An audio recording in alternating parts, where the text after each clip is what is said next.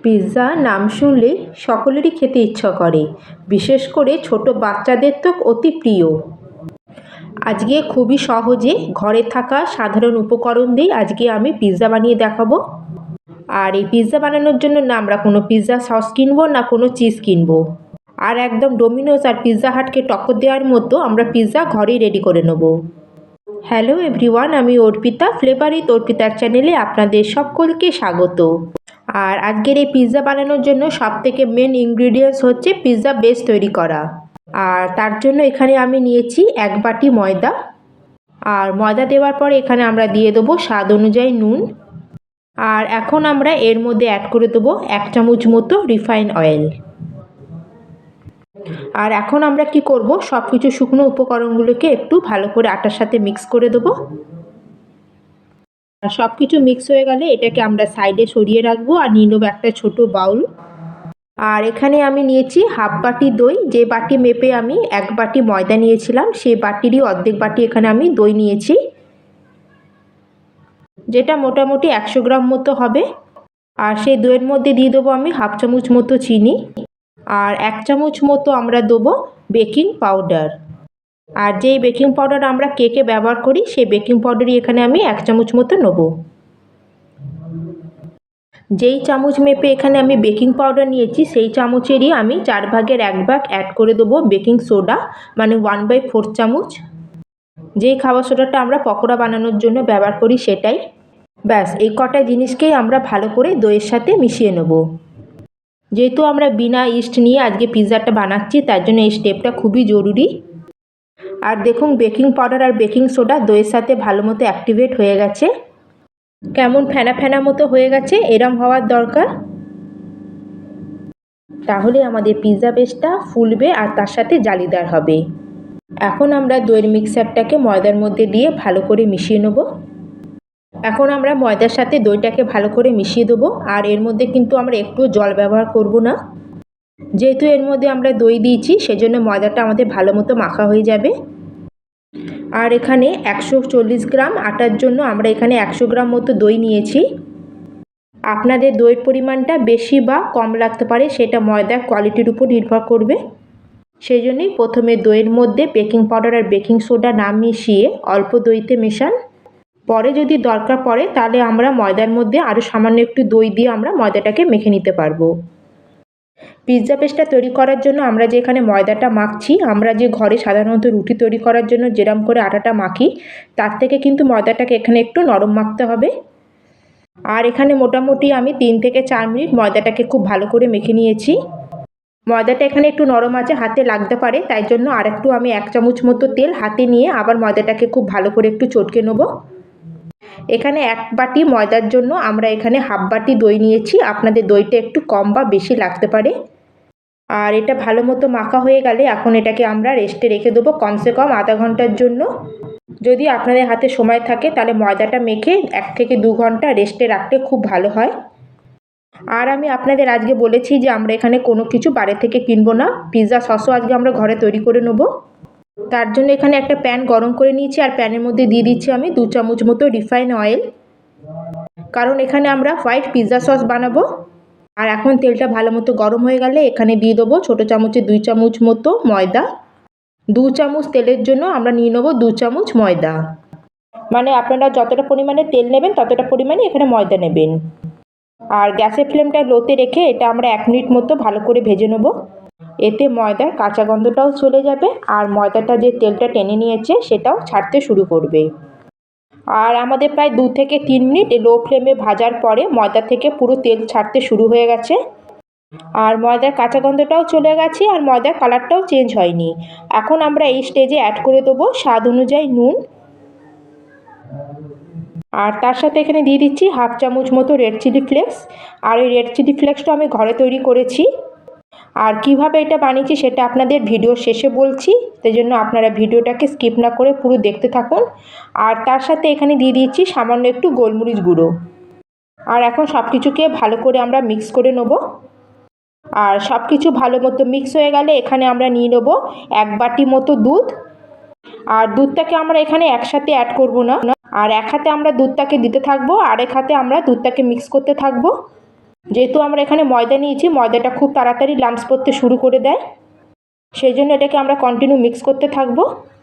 আর যদি আপনাদের কাছে হুইস্কার থাকে তাহলে আপনারা হুইস্কার দিয়ে এটা ভালো করে মিশিয়ে নেবেন, তাহলে সহজে এটা মিশে যাবে। আর আপনারা চাইলে এখানে চিলি ফ্লেক্সটাও স্কিপ করতে পারেন, খালি গোলমরিচ গুঁড়ো দিয়ে এটা বানিয়ে নিতে পারেন।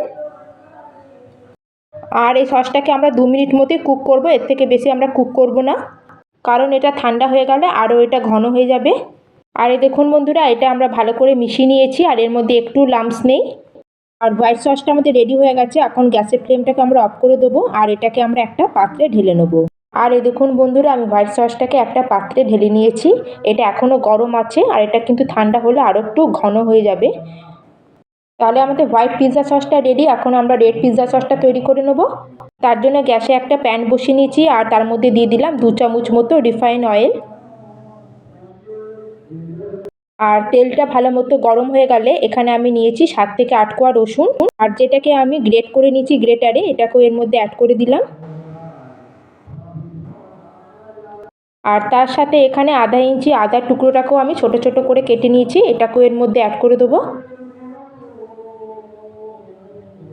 এখন আমরা আদা রসুনটাকে কিছু সেকেন্ডের জন্য ভেজে নেবো, যাতে আদা রসুনের কাঁচা গন্ধটা চলে যায়।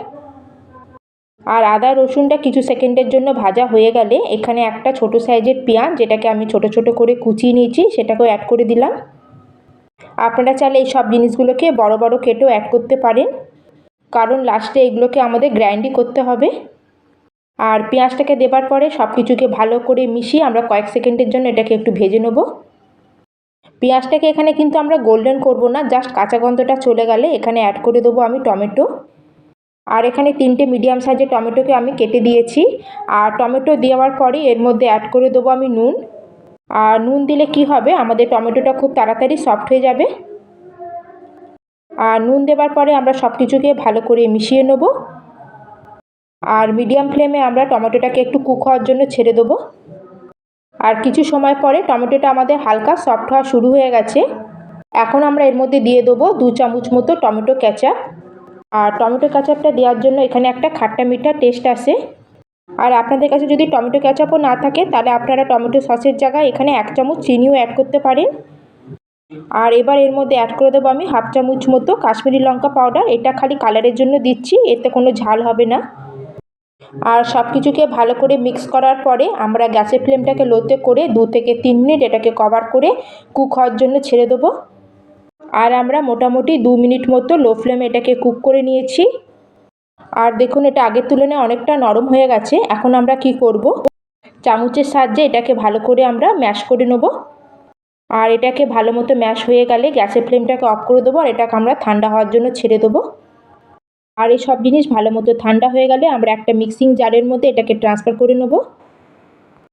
আর এর মধ্যে কোনো রকম জল না দিয়ে আমরা একটা ফাইন পেস্ট তৈরি করে নিয়ে চলে আসব। আর এই দেখুন বন্ধুরা, আমাদের রেড পিৎজা সস একদম তৈরি হয়ে গেছে। আর এটাকে আমরা একটা বাটির মধ্যে ঢেলে নিয়েছি। আর আমাদের দুটো সসই একদম রেডি হয়ে গেছে, হোয়াইট পিৎজা সস আর রেড পিৎজা সস।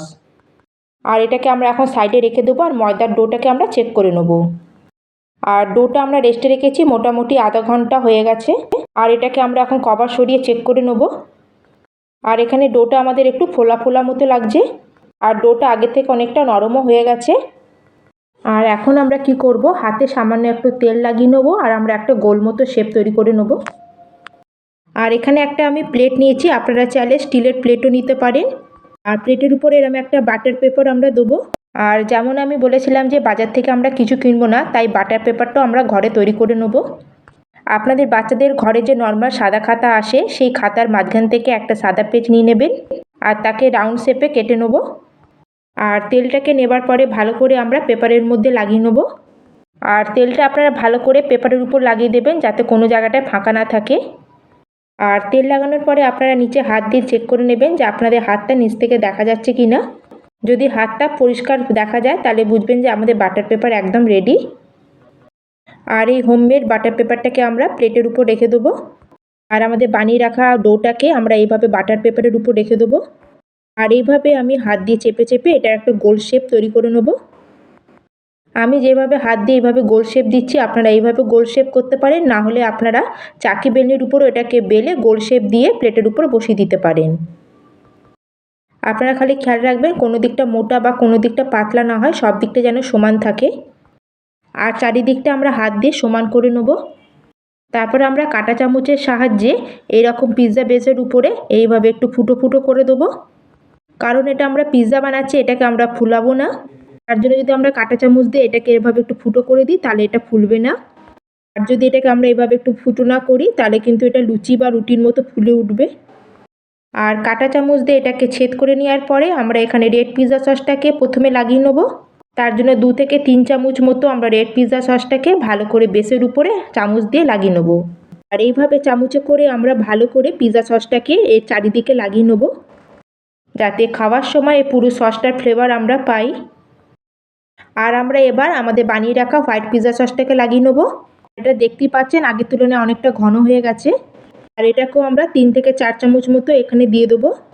আর হোয়াইট পিৎজা সসটাকেও আমরা চামচে করে এটা চারিদিকে একটুখানি লাগিয়ে নেব।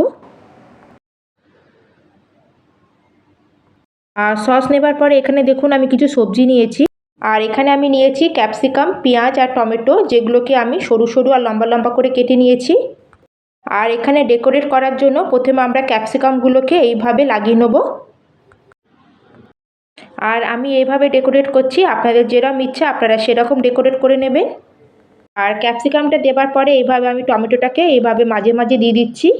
আর পেঁয়াজ আর টমেটো সবার ঘরে ইজিলি অ্যাভেলেবেল থাকে, আর আপনারা এটা অবশ্যই দিতে পারবেন। কিন্তু ক্যাপসিকামটা অনেকেরই ঘরে থাকে না। যদি ক্যাপসিকাম আপনাদের কাছে না থাকে তাহলে আপনারা এটাকে স্কিপ করে দেবেন। অনেকেরই ক্যাপসিকামের ফ্লেভারটা পছন্দ হয় না। আর পেঁয়াজগুলোকে এভাবে আমি মাঝে মাঝে সব সাজিয়ে দিয়েছি।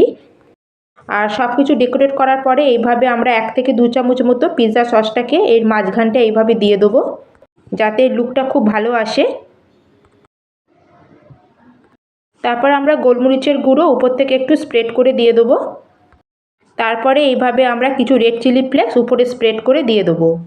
চিলি ফ্লেক্সও সবার কাছে অ্যাভেলেবেল থাকে না, তার জন্য আপনারা কি করবেন, কিছু শুকনো লঙ্কা নিয়ে নেবেন। আর প্যানের মধ্যে শুকনো লঙ্কাটাকে 1 মিনিটের জন্য মোটামুটি ভেজে নেবেন।